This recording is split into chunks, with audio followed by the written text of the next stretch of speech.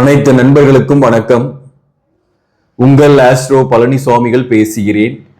இந்த காணொளியில சித்திரை 3ஆம் பாதம் 4ஆம் பாதம் துலாம் ராசி குணாதிசயங்கள் திருமண வாழ்க்கையை பற்றி பார்க்க போறோம். பொது பலனாக பார்க்கலாம். இந்த சித்திரை 3ஆம் பாதம் 4ஆம் பாதம் இருக்கிறது துலாமில் இருக்கு. துலாமின் அதிபதி சுக்கிரன், சித்திரை நட்சத்திரத்தோட அதிபதி செவ்வாய். இந்த செவ்வாய் சுக்கிரன் கூட்டு அந்த அடிப்படையில் இவங்களுடைய குணங்கள் இருக்கும். அழகு, கலைநயம் மிக்கவர்கள், எதையும் நேசிக்கக்கூடியவர்கள், அன்பாக பழகக்கூடியவர்கள், அதே சமயத்துல நிர்வாகம், கோபம், பிடிவாதம், விவேகம், வேகம் இதெல்லாமும் கொண்டவர்கள் தான். செவ்வாயின் குணமும் சுக்கிரனின் குணமும் சேர்ந்தே இருக்கும். அந்த வகையில நேர்மையாகவும் இருப்பாங்க. மற்றவங்களை எளிதில் ஜட்ஜ் பண்ணிடுவாங்க. போன்ல பேசினா கூட அவங்க எப்படிப்பட்ட நபர் அப்படின்றத யோசிச்சு சொல்லிடுவாங்க. கவனமா தான் இருப்பாங்க. அவ்வளவு சீக்கிரம் யாரையும் நம்பிட மாட்டாங்க. நம்பி பணத்தை கொடுத்துட மாட்டாங்க. அதுல சித்திரை 3ஆம் பாதத்துல பிறந்தவங்க அதிர்ஷ்டசாலிகள் என்றே சொல்லலாம். ஏன்னா வர்க்கோத்தமம் ஆகும். சித்திரை 3ஆம் பாதத்துல பிறந்தீங்கன்னாக்க சந்திரன் வர்க்கோத்தமம் ஆயிருக்கும். அந்த வகையில தாயாரின் அன்பு, ஆதரவு, தாய்வழி சொத்துக்கள் ஆதரவு கிடைக்கிறது. அதே போல பயணங்கள் ஏற்படுறது, தொலை தூரத்துல வசிக்கிறது, பூர்வீகத்தை விட்டு கூட. அதே போல பாக்குறதுக்கு கண்கள் அழகா இருக்கும், தோற்றப்பொழிவு நல்லாவே இருக்கும். சித்திரை 3ஆம் பாதத்துல பிறந்தவங்க சின்ன வயசுல கொஞ்சம் கஷ்டப்பட்டாலையும் பிற்பகுதி வாழ்க்கையில ஒரு 36 வயதுக்கு பிறகு வாழ்க்கையில மிகப்பெரிய முன்னேற்றத்தை அடையக்கூடியவர்கள். சித்திரை 4ஆம் பாதத்துல பிறந்தவங்களை பொறுத்தவரையிலும் எமோஷனல் டைப்பா இருப்பாங்க. இதில் எளிதில் கோவப்படுவாங்க, உணர்ச்சி வசப்படக்கூடியவர்களாக இருப்பாங்க. ஆன்மீகத்துல அதிக ஈடுபாடு உண்டு. நிறைய கடவுள் நம்பிக்கை கொண்டவர்கள். மற்றவங்களுக்கு உதவக்கூடிய எண்ணங்கள் தான் உண்டு. ஆனாலும் சில நேரங்கள்ல முகத்தில் எடுத்தால் போல சில விஷயங்களை சொல்லிடுவாங்க. ஒருத்தர் பிடிக்கல அப்படின்னாக்க மூஞ்சிக்கு நேராவே சொல்லிடுவாங்க. அதனால சில எதிரிகள், சில பகைவர்கள், இவர்களுக்கு மறைமுக எதிரிகள் கூட நிறையவே உண்டு. வாழ்க்கை துணைவரை ரொம்ப பொசசிவா நேசிப்பாங்க. ஆனா வாழ்க்கை துணைவர்கிட்ட அந்த அளவுக்கு அன்பு பெருசா கிடைக்கிறதுல. சித்திரை 4ஆம் பாதத்துல பிறந்தவங்க திருமண வாழ்க்கையில கொஞ்சம் பாதிக்கிறாங்க. ஆனா சித்திரை 3ஆம் பாதத்துல பிறந்தவங்க பெரிய அளவுக்கு பாதிப்பு அடையறதில்ல. சித்திரை 3ஆம் பாதம் 4ஆம் பாதத்துல பிறந்தவங்களுக்குமே காதல் ஏற்படுகிறது. பொதுவாகவே அழகை ஆராதிக்கக்கூடியவர்கள், அன்பை நேசிக்கக்கூடியவர்கள், அந்த நல்ல ஒரு வசீகரமான ஒரு அழகான வாழ்க்கை துணைவரை அடைவாங்க. அந்த வகையிலேயே இவங்களுடைய தேடுதல் இருக்கும். ஒரு குறிப்பிட்ட வயது சித்திரை 3ஆம் பாதம் 4ஆம் பாதத்துல பிறந்தவங்களுக்கு முதல் தசை செவ்வாய் தசை. ஒரு இருப்பு தசை ஒரு 3.5 வருஷம் எடுத்துக்கிட்டா கூட அடுத்தது ஒரு 18 வருஷம் ராகு தசை. ஏறத்தாழ 22 வயசோட மேக்சிமம் ராகு தசை முடிஞ்சு போயிடுது. இந்த ராகுதசை காலகட்டத்துல மட்டும் கொஞ்சம் ஹெல்த் ரிலேட்டடான பிரச்சனைகளை கொஞ்சம் அடைவாங்க. அல்லது படிப்புல கூட கொஞ்சம் சில நேரங்கள்ல தடைகள் வரும். இந்த யங் ஏஜ்லயே பாத்தீங்கன்னா ஒரு இன்ஃபாக்சுவேஷன்லாம் வரும், காதல் போன்றவை எல்லாம் வரும். பட் அது சக்சஸ் ஆகாம பிரிந்து விடக்கூடிய வாய்ப்பு மிக அதிகம். அடுத்தது ஒரு 22 வயதுல இருந்து பாத்தீங்கன்னா குரு தசை ஒரு 16 வருஷம், 38 வயசு வரலுமே பாத்தீங்கன்னாக்க குரு தசை இருக்கும்.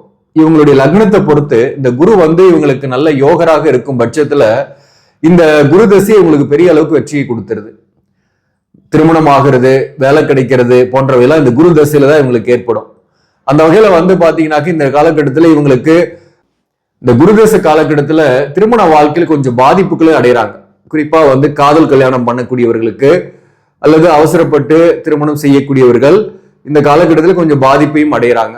அது பொருத்தம் இல்லாத பட்சத்துல செவ்வாய் தோஷம் இருக்கு அல்லது கலசர தோஷம் இருக்கக்கூடியவர்களுக்கு இந்த குருதசை காலகட்டத்துல திருமண வாழ்க்கையில பிரிந்து மறுமணம் போன்றவையும் ஏற்படுது. ஆஃப்டர் மேரேஜுக்கு பின்னாடி கூட வேற ஒருத்தரோட தொடர்பு அல்லது நட்பு போன்றவற்றால் திருமண வாழ்க்கையில பாதிப்புகளை அடைகிறாங்க. இந்த குருதசை காலகட்டத்துல வேலைக்காக கொஞ்சம் அலைச்சல்கள் இருக்கும். ஹெல்த்தும் கொஞ்சம் பார்த்துக்கணும். இந்த காலகட்டத்துல அடிக்கடி சின்ன சின்ன ஹெல்த் ரிலேட்டடான பிரச்சனைகளும் குருதசையிலையும் வருது.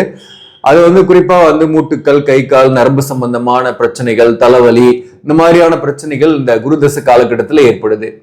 சோ இப்போ இந்த குருதசை காலகட்டம் என்பது 38 வயசு வரலும் ஒரு நன்மையும் தீமையும் கலந்த பலனாகவே இவங்களுக்கு போய்கிட்டு இருக்கோம். சப்போஸ் சில பேருக்கு எக்ஸப்ஷனலா, சில பேருக்கு நல்ல ஒரு முன்னேற்றத்தை அடைஞ்சிடறாங்க. அடுத்தது சனி தசை 38ல இருந்து 19 வருஷம் ஏறத்தால பாத்தீங்கன்னாக்க ஒரு 57 வயது வரலும் சனி தசை. இந்த சனி தசையில தான் நல்ல செட்டில் ஆவாங்க. வீடு வாகனம் வாங்குறது, நிலையான வேலையில் இருக்கிறது, முன்னேறது, திருமண வாழ்க்கையில பெரிய அளவுக்கு பாதிப்பு இல்லாம நிம்மதியாக வாழக்கூடிய சூழ்நிலை இருக்கும். இந்த துலாம் ராசியில சித்திரை நட்சத்திரத்தில் பிறந்தவங்க யாருடன் கவனமாக இருக்கணும்னாக்க இவங்க ஆளுமை திறன் கொண்டவர்கள். இவங்களை யாராவது அடக்கி ஆளணும்னு நினைச்சாங்கன்னாக்க கண்டிப்பா அது நடக்காது. அப்படிப்பட்டவங்களோட இவங்களுக்கு கோபம் வந்துடும், அவங்களோட செட் ஆக மாட்டாங்க.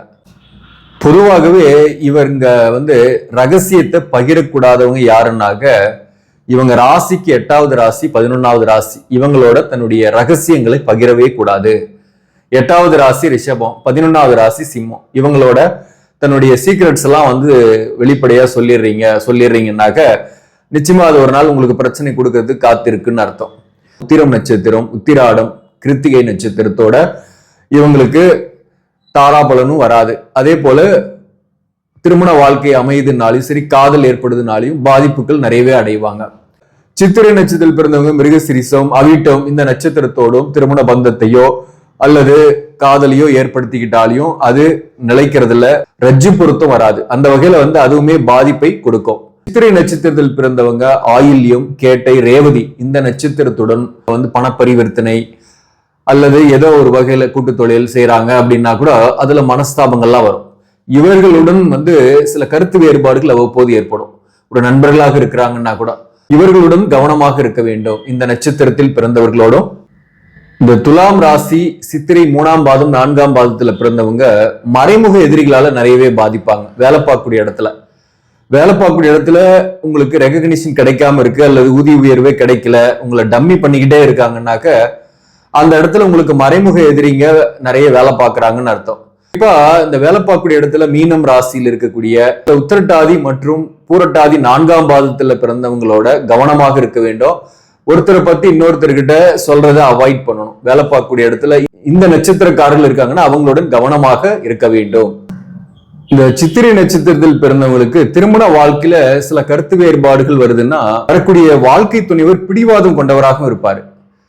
அதே போல எமோஷனல் டைப்பாகவும் இருப்பாங்க. அவங்களும் பாத்தீங்கன்னாக்கா அடக்கி ஆளணும், வாழ்க்கை துணைவரை நம்மளுடைய வாழ்க்கை துணைவர் அடக்கி ஆளணும்னு நினைப்பாங்க. 2 பேருக்குமே இதனாலதான் கிளாஷ் ஆகுறது, ஈகோ கிளாஷ் ஆகிட்டே இருக்கும்.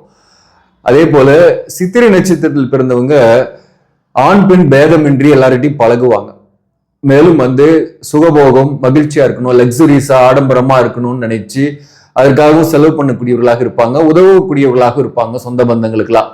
இவங்களுக்கு வரக்கூடிய வாழ்க்கை துணிவர் அதுல அதிக விருப்பம் இல்லாமல் இருப்பாங்க அல்லது அந்த மாதிரியான விஷயங்களுக்கு பண செலவழிப்பதில் தடைகள் ஏற்படுத்துவாங்க. அதனால இருவருக்கும் ஈகோ கிளாஷ் ஏற்படக்கூடிய வாய்ப்பும் இந்த காரணத்தினாலையும் உண்டு. இந்த சித்திரை 3ஆம் பாதம் 4ஆம் பாதத்துல பிறந்தவங்களுக்கு பொதுவாகவே பாத்தீங்கன்னாக்க வாழ்க்கை துணைவரின் தாயார் வகையில சில மன வருத்தங்கள், சில கருத்து வேறுபாடுகள் அவ்வப்போது ஏற்படுகிறது. இவங்க நிறைய வாழ்க்கை துணைவர்கிட்ட எதிர்பார்ப்பாங்க. அந்த எதிர்பார்ப்புகள் வாழ்க்கை துணைவர் மூலம் பூர்த்தி ஆகிறதுல சில நேரங்கள்ல தனித்தே இருக்கிற மாதிரியான சூழ்நிலை, வேலையில அதிகமான கான்சென்ட்ரேஷன் ஏற்படக்கூடிய சூழ்நிலை இருக்கும். வேலையிலேயே வேலை பார்க்கக்கூடிய இடத்துலயே இருப்பாங்க, குடும்பத்தோட டைம் ஸ்பெண்ட் பண்ண முடியாத சூழ்நிலை. அதனால தாம்பத்திய சுகம் பெரிய அளவுக்கு கிடைக்காத ஒரு சூழ்நிலையும் சில பேருக்குலாம் ஏற்படுது. அதனாலையும் பாதிப்பு. அது குறிப்பா இந்த சித்திரை 4ஆம் பாதத்துல இருக்கவங்களுக்கு இந்த மேரேஜ் லைஃப்ல கொஞ்சம் மிஸ் அண்டர்ஸ்டாண்டிங் நிறையவே இருக்கும். கம்பேரிட்டிவ்லி 3ஆம் பாதத்தோடு கம்பேர் பண்ணும்போது 4ஆம் பாதத்துல பிறந்தவங்க திருமண வாழ்க்கையில கொஞ்சம் நிறையவே அஃபெக்ட் ஆகுறாங்க.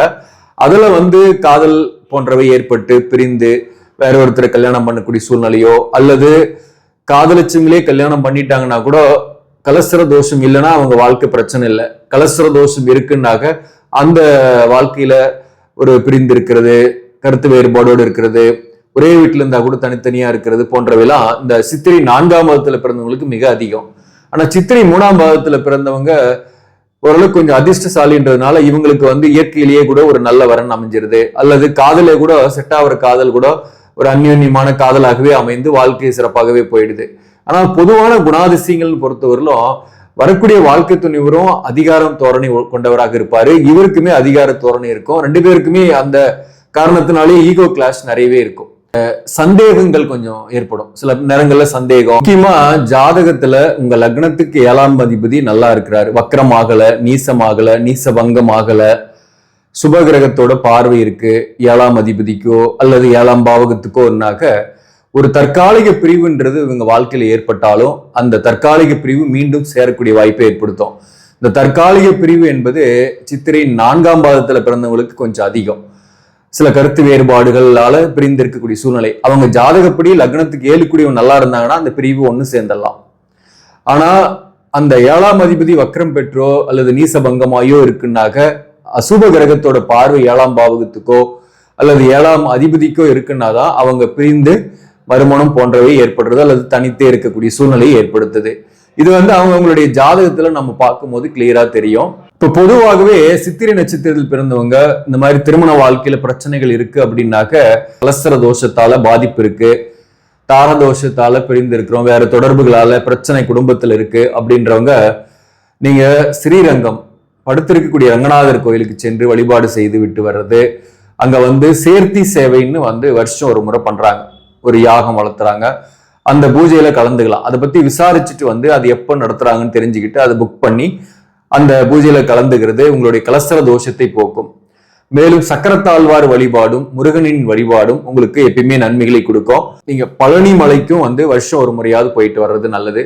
அதுவும் செவ்வாய்க்கிழமையும் சஷ்டி திதியும் வரக்கூடிய நாட்கள்ல நீங்க பழனி முருகனை போய் வழிபாடு செஞ்சுட்டு வரீங்கன்னாக உங்களுடைய திருமண வாழ்க்கை பிரச்சனைகள் தீரும். அதே போல திருமணமே ஆகல, ரொம்ப லேட் ஆயிட்டு இருக்குனாலையும் நீங்க சஷ்டி விரதம் இருந்து பழனி முருகன் கோயிலுக்கு போயிட்டு வந்தீங்கனாலையும் திருமணம் ஆகக்கூடிய வாய்ப்பை ஏற்படுத்தும். மேலும் திருச்சி பக்கத்துல வயலூர் சுப்பிரமணியர் கோவில் இருக்கு, அங்க போயிட்டு வந்தீங்கனாலையும் திருமணம் ஆகாதவர்களுக்கு திருமணம் ஆகக்கூடிய வாய்ப்பை மிக அதிகம், நீங்க அங்கேயும் போயிட்டு வரலாம்.